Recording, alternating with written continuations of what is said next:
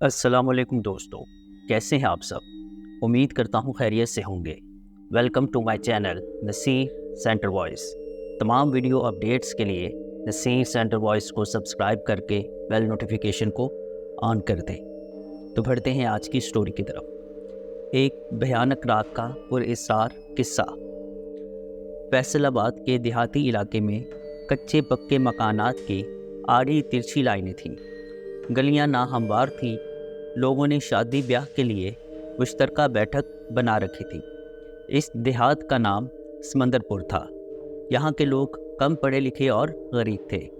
یہاں کی اکثر آبادی غربت کی سطح سے بھی نیچے زندگی بسر کر رہی تھی۔ لوگ ملنسار اور مخلص تھے۔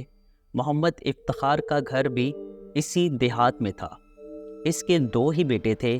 ایک اپاہج تھا جس کا نام طفیل تھا، جبکہ دوسرے کا نام ذوالقرنین تھا، جو اچھی خاصی شکل و صورت رکھنے کے علاوہ ذہانت سے بھی مالا مال تھا۔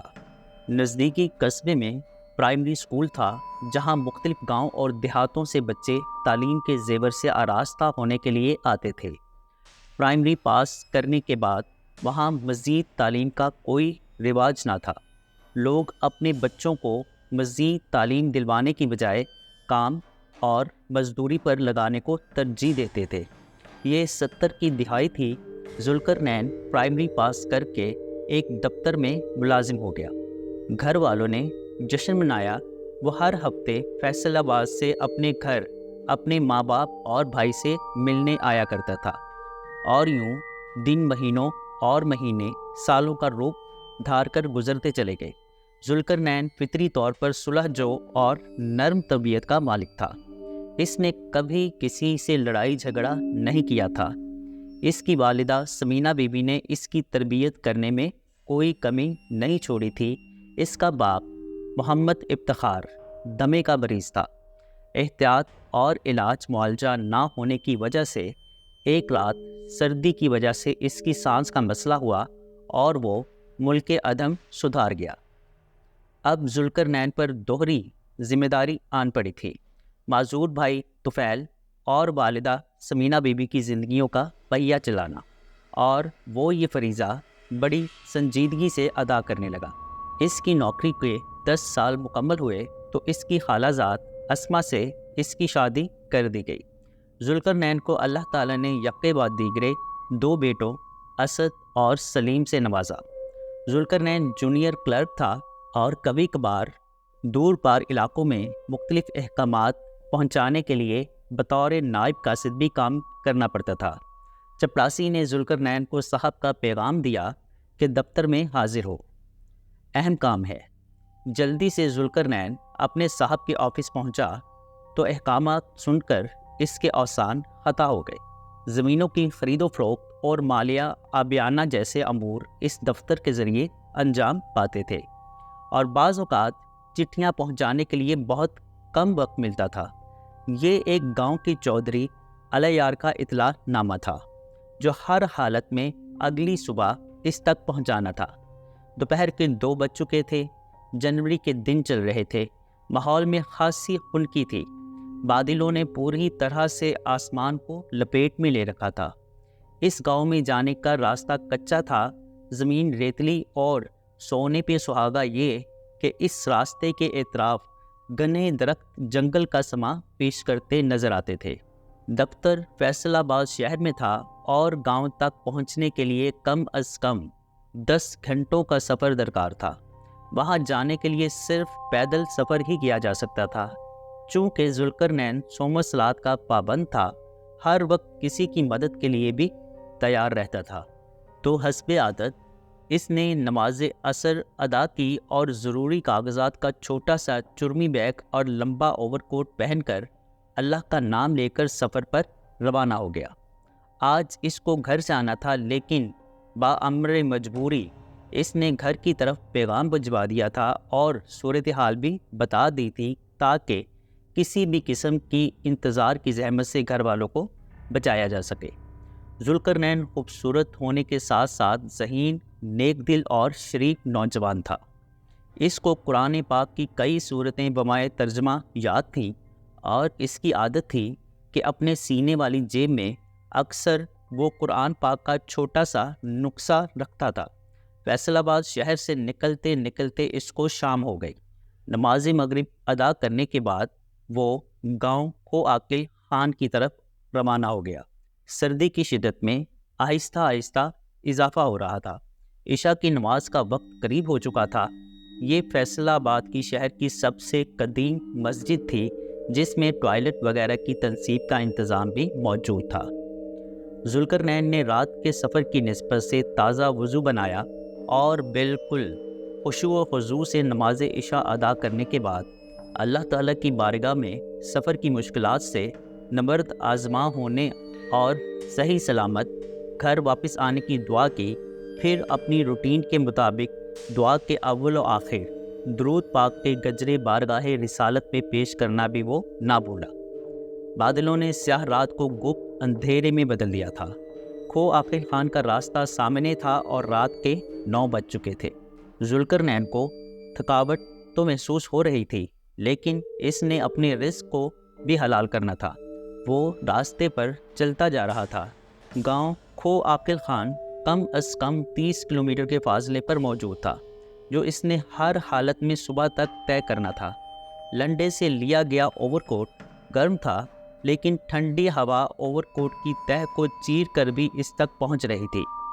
کوٹ کی ایک جیب میں چند بھنے ہوئے چنے تھے۔ سردی کی تیزی نے ذوالقرنین کو پریشان کرنا شروع کر دیا تھا۔ اس نے ایک ایک کر کے چنے کھانے شروع کر دیے۔ زمین ریتلی، ناہموار اور مشکل گزرگاہ تھی۔ بادلوں سے بارش کے قطرے آنا شروع ہو گئے تھے۔ موسمی حالات کے پیش نظر چرمئی بیگ کو ڈبل شاپر میں ڈال کر ذوالقرنین نے اپنی ذہانت کا ثبوت دیا تھا۔ 5 کلومیٹر کا فاصلہ طے ہو چکا تھا۔ رات کے 11 بج چکے تھے۔ ٹھنڈی ہوا کے تھپیڑوں میں تیزی آ چکی تھی۔ ہوا کی موجودگی نے ماحول کی خنکی میں مزید اضافہ کر دیا تھا۔ ذوالقرنین پیدل چلنے میں مہارت رکھتا تھا۔ 10 کلومیٹر کا فاصلہ طے کرتے ہی رات کے 12:30 بج چکے تھے۔ اب بارش کی رفتار میں بھی تیزی آ چکی تھی۔ ذوالقرنین کو راستے میں کمرہ نظر آیا۔ وہ جلدی سے وہاں پہنچا۔ دروازہ جیسے صدیوں سے بند تھا۔ راستے سے نزدیک اور جھاڑیوں کی اوٹ میں ہونے کی وجہ سے یہ قدیم کمرہ کسی نہ کسی حالت میں اپنی جگہ پر قائم رہا تھا۔ پتھروں سے بناوٹ کی وجہ سے اس کی دیواریں مضبوط تھیں، جبکہ چھت پر کسی ایسے درخت کی چھال چڑھائی گئی تھی جو بہت گھنی اور پانی کے لیے ناقابل گزرگاہ تھی۔ ذوالقرنین فرش پر موجود پرانی چٹائی کو جھاڑ کر اس پر بیٹھ گیا۔ اس نے ٹارچ کی مدد سے ارد گرد کے ماحول کا جائزہ لیا۔ وہاں ہیبت ناکی کے آثار نمایاں تھے۔ اس نے قرآن پاک کی زبانی تلاوت شروع کر دی۔ آج جلدی کی وجہ سے پاکٹ سائز قرآن مجید کا نسخہ لانا بھول گیا تھا۔ غور کرنے پر معلوم ہوا کہ وہ کسی دربار میں موجود ہے اور کچی قبر کے آثار نمایاں ہیں۔ اس نے بیگ سے صاف کپڑا نکالا اور اس قبر کو صاف ستھرا کرنے کے بعد فاتحہ خوانی کی اور اینٹوں کو درست کر دیا۔ اس کام سے اس کو کافی سکون ملا تھا۔ اس کو محسوس ہوا کہ بارش میں تیزی آ چکی تھی اور خلاف توقع ژالہ باری بھی شروع ہو گئی تھی۔ ابھی 2/3 سفر باقی تھا۔ رات کے 2 بج چکے تھے۔ بارش کی شدت میں کمی ہوتے ہی اس نے دوبارہ سفر شروع کر دیا۔ درختوں کے درمیان میں ایک گیلے راستے پر تیز قدموں سے کیا گیا سفر اس کے لیے کسی بھی طور پر خوشگوار تجربہ نہ تھا۔ بارش اب مکمل طور پر تھم چکی تھی۔ سردی اس کی ریڑھ کی ہڈی میں اترتی چلی جا رہی تھی۔ کھو عاقل خان سے فاصلہ 14 کلومیٹر رہ گیا تھا اور رات کے 3:30 ہو چکے تھے۔ اس نے کسی عورت کو راستے کے درمیان بین کرتے ہوئے دیکھا۔ اس عورت نے اپنے بال اپنی چہرے پر ڈال رکھے تھے اور انتہائی درد میں تھی۔ ذوالقرنین نے خوف کے مارے قرآن پاک کا ورد کرنا شروع کر دیا۔ عورت نے سر اٹھایا اور سرخ انگارہ جیسی آنکھوں سے ذوالقرنین کو گھورتے ہوئے کہا، میں انسان نہیں ہوں، جنات کے مسلمان گھرانے سے میرا تعلق ہے۔ میرا بیٹا ناقوس بہت زیادہ تکلیف میں ہے۔ مجھے تم جیسے دلیر، نیک دل اور متقی انسان کی تلاش تھی جو میرے بیٹے کو اس کرب سے نکالے۔ راستے میں بابا فیض بخش کے دربار پر تم جس پیار اور محبت کا اظہار کر رہے تھے میں اس سے متاثر ہوئی۔ میرا وہاں بسیرا ہے۔ تم کافی تھکے ہوئے ہو اور سردی سے بھی مجبور ہو۔ مجھ پر بھروسہ کرو اور میرے بیٹے پر دم کر دو۔ میں کسی نہ کسی طرح تمہاری مدد کا ذریعہ بنا دوں گی۔ ذوالقرنین نے کچھ لمحے سوچنے کے بعد ہاں کر دی۔ اس کو اللہ کی ذات پر مکمل بھروسہ تھا۔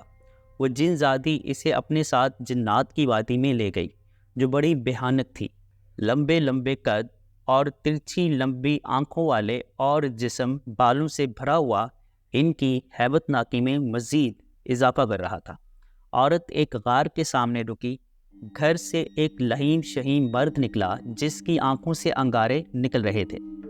اس نے ذوالقرنین کو دیکھا اور پوچھا، کیا تم اس انسان کو اپنے بیٹے کے علاج کے لیے لائی ہو؟ تو اس جن زادی نے ہاں میں سر ہلایا۔ لکڑی کے بہت بڑے تخت پر جنوں کا بیٹا ناقوس بے سدھ پڑا ہوا تھا۔ بظاہر کافی صحت مند تھا۔ ذوالقرنین نے قرآنی آیات اور سورتوں کا ورد شروع کر دیا۔ 5 بجے تک اس نے تلاوت مکمل کر کے دم کرنا شروع کر دیا۔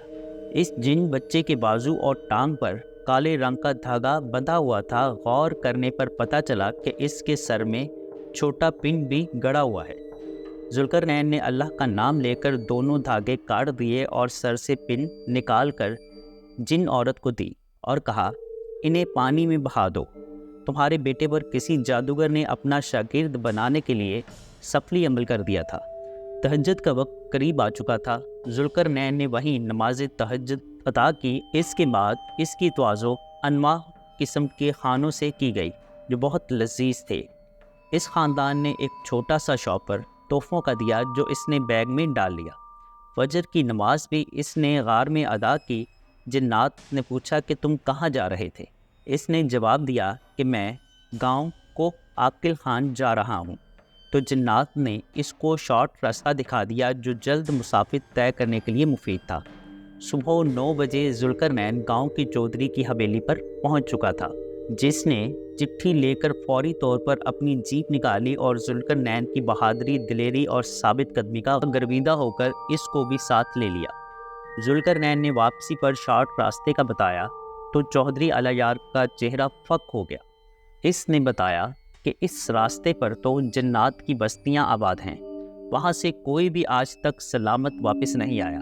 جب ذوالقرنین نے اس کو رات کا واقعہ سنایا تو وہ بہت متاثر ہوا۔ واپسی کا سفر شارٹ کٹ راستے سے ہی طے ہو رہا تھا۔ دھوپ نکل آئی تھی۔ اچانک گاڑی کا ٹائر پھٹ گیا۔ کسی بھی قسم کی مدد ملنا ناممکن نظر آ رہا تھا۔ ذوالقرنین کو یقین تھا کہ اللہ پاک اس کو کسی بھی مشکل میں تنہا نہیں چھوڑے گا۔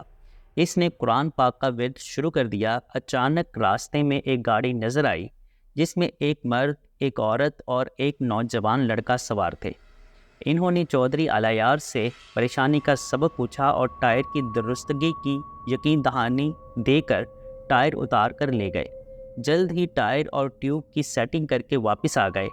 پھر جب وہ لوگ واپس جا رہے تھے تو تینوں ذوالقرنین کی طرف الوداعی اشارے کر رہے تھے۔ ان کی آنکھوں میں شکریہ کی جھلک تھی۔ ذوالقرنین سمجھ گیا کہ جنات کے اس خاندان نے اپنے ساتھ کی گئی نیکی کا بدلہ نیکی کی صورت میں اتار دیا تھا، اور بھیانک رات کے انتہائی کٹھن حالات میں راستے کی تلخیوں اور یخ بستہ ہواؤں سے بچانے میں بھی رہنمائی کی تھی۔ چودھری الیار اور ذوالقرنین ظہر کے وقت فیصل آباد شہر پہنچ چکے تھے۔ چودھری الیار نے مقررہ ٹیکس ادا کرنے کے بعد اپنی جائیداد کے کاغذات حاصل کیے۔ وہ جونیئر کلرک ذوالقرنین کی بہادری اور ثابت قدمی سے بہت متاثر ہوا تھا۔ اس نے صاحب سے خصوصی انعام دینے اور اپنی جیب سے 2000 روپے نقد انعام دیا۔ پر خطر راستوں پر رات کے بھیانک سفر نے ذوالقرنین کو بہت تھکا دیا تھا۔ دفتر کو بھی چودھری الیار کے بروقت آنے اور ہزاروں روپے حکومتی ٹیکس جمع کرانے کی وجہ سے بہت عزت افزائی ملی تھی۔ ذوالقرنین کی خدمات کے پیش نظر اس کو سینئر کلرک کے عہدے پر ترقی کے علاوہ تعریفی شیلڈز، سرٹیفکیٹس اور 1000 روپے نقد کا انعام بھی دیا گیا۔ صاحب نے کمال مہربانی کرتے ہوئے 1 ہفتے کی چھٹی بھی دے دی۔ جب وہ گھر آیا تو اس کی ماں، بیوی، بھائی اور بچے اس کا انتظار کر رہے تھے۔ جنات کی وادی کے تحائف والا ڈبہ اس نے کھولا۔ تو اس میں روپوں کے علاوہ قیمتی موتی، ہیرے، جواہرات اور سونے کا سیٹ تھا۔ اس نے گھر والوں کو اپنی بھیانک سفری رات کے بارے میں بتایا تو وہ سب اللہ کا شکر ادا کرنے لگے۔ ذوالقرنین نے بھی 2 نفل شکرانے کے ادا کیے، وضو کیا اور سو گیا۔ اس کی نیکی کرنے کے جذبے نے اس کی عزت وقار میں اضافہ کر دیا تھا۔ اس نے پکا ارادہ کر لیا کہ جنوں، انس ہوں، چرند پرند ہوں، حشرات ہوں یا حیوانات، جو بھی اللہ تعالیٰ کی مخلوق میں سے ہیں، ان کا ہر وقت خیال رکھے گا اور اس کے ساتھ زیادتی، ناانصافی، ظلم کا رویہ رکھنے والوں کا ہاتھ روکے گا۔ ذکر و عبادت کرنا اور درود و سلام پڑھنے کی خوبصورت عادت نے ذوالقرنین کی نیک دل زندگی کو خوشیوں سے